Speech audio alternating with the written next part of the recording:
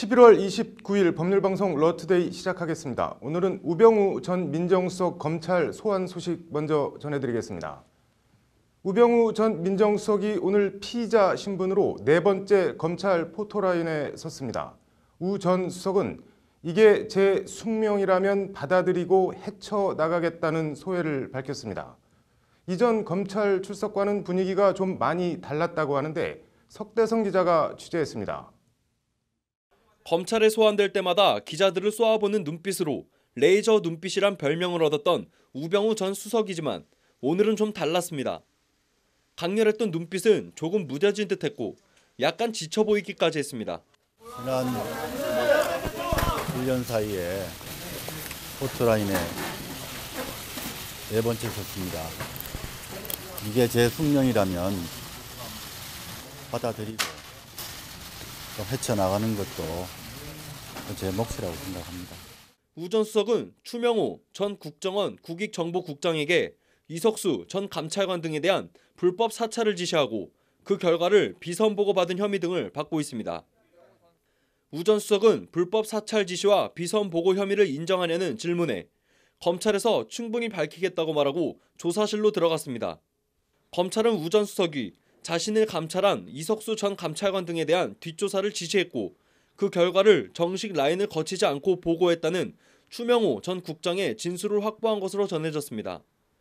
관련해서 검찰은 지난 26일 추 전 국장의 직속 상관이자 우 전 수석의 서울대 법대 동기인 최윤수 전 국정원 2차장을 불러 불법 사찰 관련 내용 등을 캐물었습니다. 4번의 검찰 소환과 2번의 구속영장 기각, 검찰은 오늘 조사를 바탕으로 우병우 전 수석에게 3번째 영장을 청구하는 방안에 무게를 두고 있는 것으로 전해졌습니다. 법률방송 석대성입니다. 네, 우병우 전 민정수석 얘기 이어서 더 해보겠습니다. 검찰에 출석하며 우 전 수석은 지난 1년 사이에 포토라인에 네 번째 섰다. 이게 제 숙명이라면 받아들이고 헤쳐나가는 것도 제 몫이라고 생각한다고 말했습니다. 숙명, 받아들인다. 뭔가 의연하고 숙연해 보이기까지 합니다. 하지만 우 전 수석 발언의 방점은 헤쳐나간다에 있는 듯합니다. 우 전 수석이 말한 지난 1년, 우 전 수석이 검찰에 처음 소환된 것은 지난해 11월 6일입니다. 그 전에 무슨 일이 있었는지부터 복기해 보겠습니다.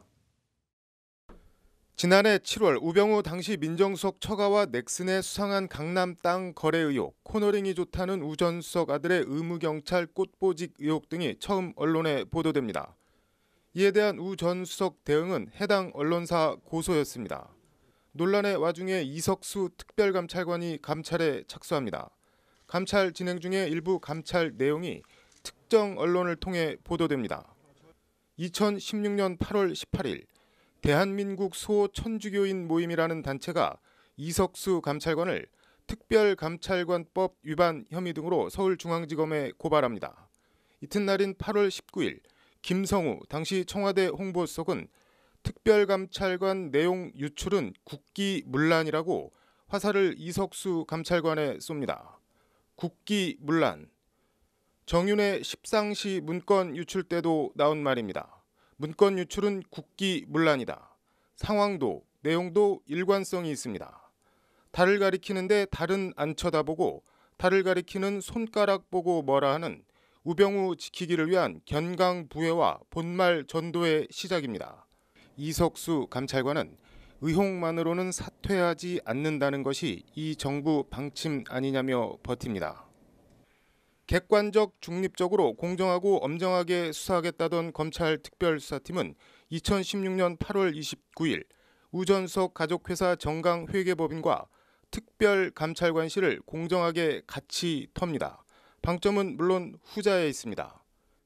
이석수 특별감찰관은 검찰 압수수색 당일 항의의 표시인지 우병우 수석의 힘을 절감한 포기인지 청와대에 사표를 냅니다. 이튿날 청와대는 우병우 수석의 거취는 변한 게 없다고 선을 그어주며 우 전 수석을 보호합니다. 유야무야 묻히는 듯 했던 우 전 수석 비리 의혹은 지난해 10월 최순실 국정농단 보도가 터지면서 다시 수면 위로 드러납니다. 그리고 2016년 11월 6일 우 전 수석은 피의자 신분으로 검찰에 소환됩니다. 우 전 수석의 첫 검찰 소환입니다. 검찰에 출석하며 우 전 수석은 질문하는 여기자를 노려봐 레이저 우병우라는 별명을 얻고 검찰 조사실에서 팔짱을 끼고 파안대소하는 장면이 화면에 잡혀 황제 소환이라는 신조어를 남깁니다. 이어 우 전 수석은 특검과 검찰의 두 차례에 걸친 구속영장을 모두 기각시키며 법꾸라지라는 민망한 별명을 얻습니다. 그리고 지난 6월부터 시작된 우 전 수석에 대한 직권남용 혐의 등 재판. 재판정에 증인으로 나온 장시호 씨는 민정수석실 수집 인사검증 자료를 이모 최순실이 받아봤다고 증언합니다.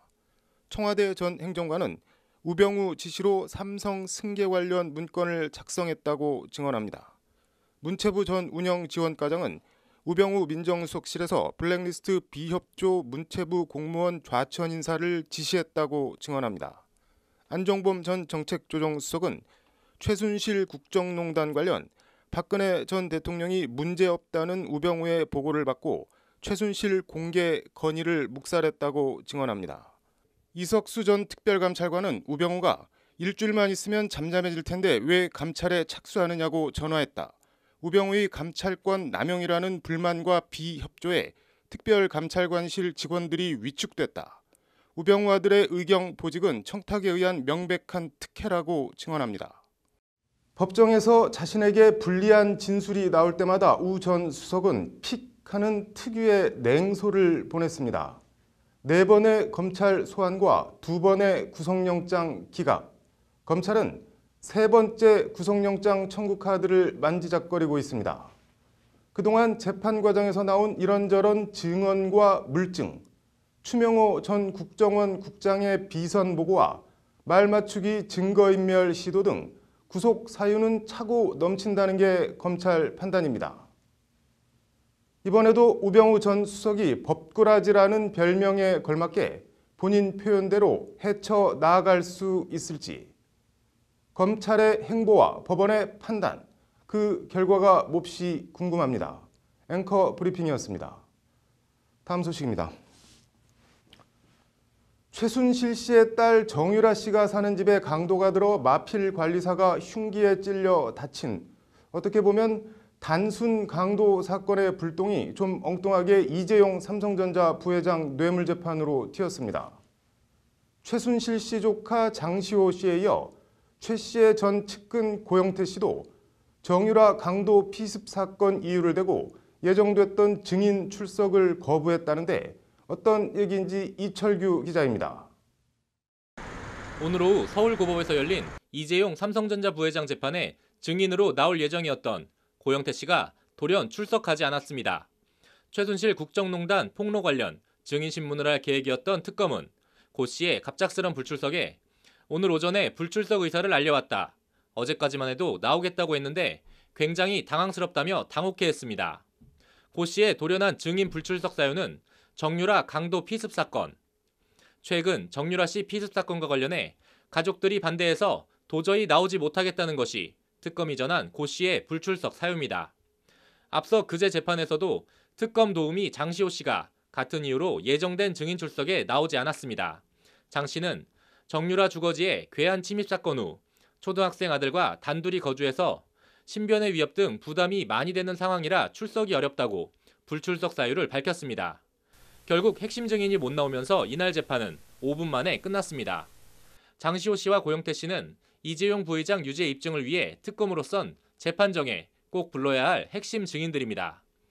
일단 재판부는 다음 달 11일과 13일 장시호 씨와 고영태 씨를 각각 다시 증인으로 부를 계획입니다. 재판부는 그러나 장 씨나 고 씨 출석 여부와는 상관없이 올해 안으론 재판을 종결짓겠다는 입장입니다. 법률방송 이철규입니다.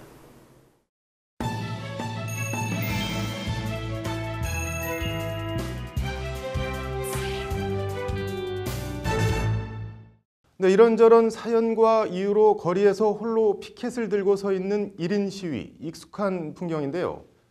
미 대사관 앞에서 1인 시위를 벌이던 현직 변호사가 경찰에 제지를 당하는 일이 벌어졌습니다.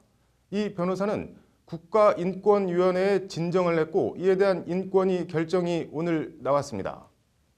상식과 원칙이 통하는 사회 법률방송 현장기획 장한지 기자가 표현의 자유와 공공의 안녕 사이 그 간극에 대해 취재했습니다.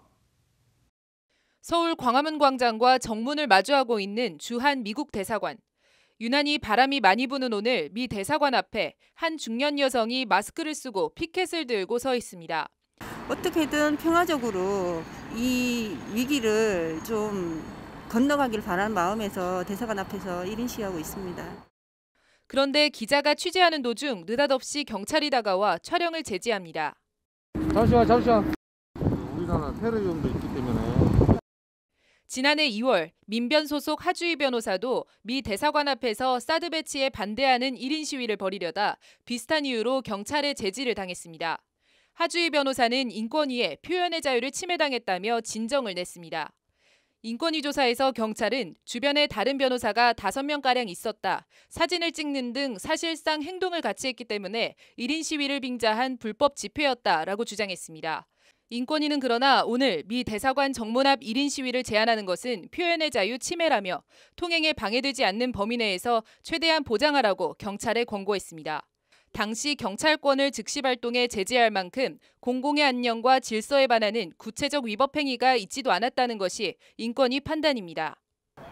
이런저런 억울한 사연과 하고 싶은 얘기가 있는 사람들이 대한민국 곳곳에서 하루도 빠짐없이 벌이고 있는 1인 시위. 하지만 사실 1인 시위는 시위가 아닙니다. 집회 및 시위에 관한 법률은 시위를 여러 사람이 공동의 목적을 가지고 불특정한 여러 사람의 의견에 영향을 주는 행위라고 정의하고 있습니다. 즉, 여러 사람이 아닌 한 사람이 시위를 하는 것은 시위 자체가 아니어서 1인 시위는 경찰이 집시법으로 이를 제지할 법적 근거가 없습니다. 네, 1인 시위가 아무래도 혼자 하는 거고, 즉 최소한의 인권이라고 생각해요. 나아가 지금은 여러 사람이 일정한 간격을 두고 같은 주제지만 다른 문구에 피켓을 들고 서 있는 변형된 1인 시위까지 등장했습니다. 이른바 포위 1인 시위입니다.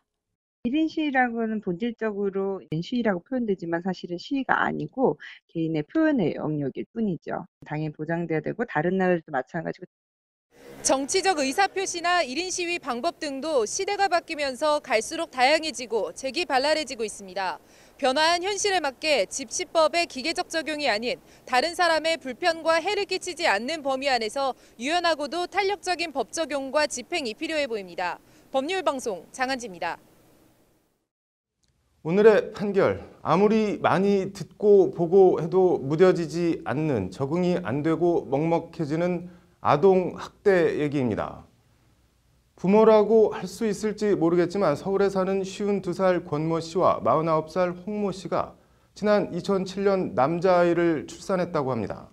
하지만 권 씨 부부는 아이가 커가는데 계속 분유만 먹이는가 하면 학교도 보내지 않고 예방접종 등 필요한 의료 조치도 받게 하지 않았다고 합니다.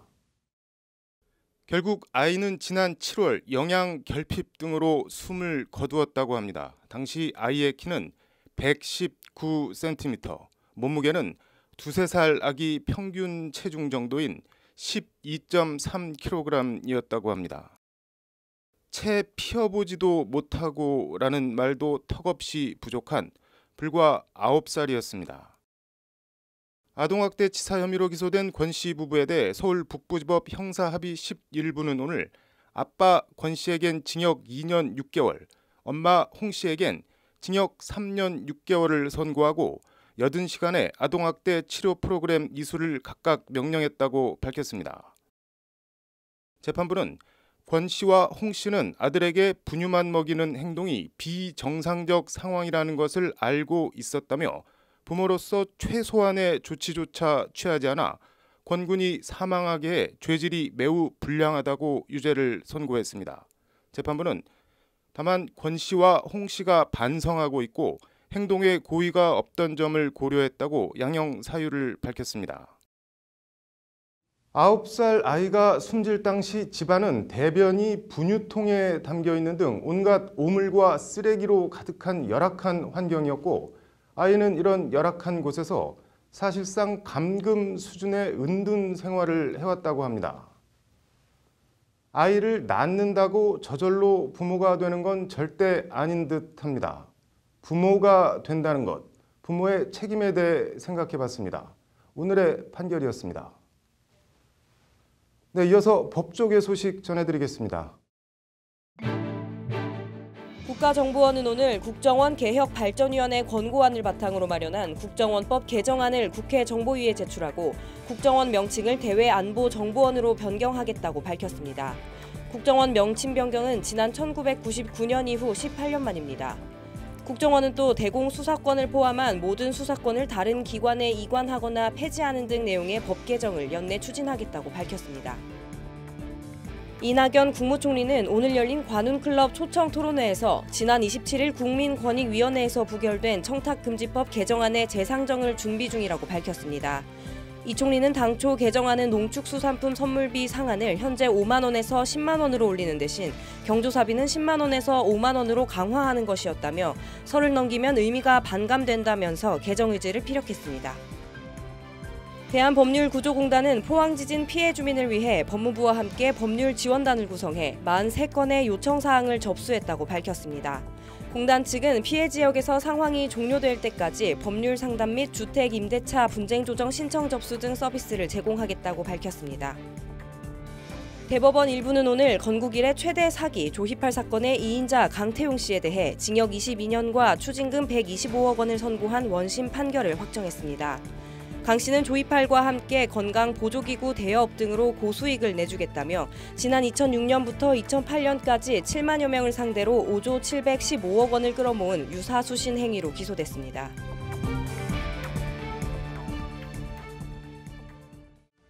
(11월 29일) 법률방송 러투데이 마치겠습니다. 시청해 주셔서 고맙습니다.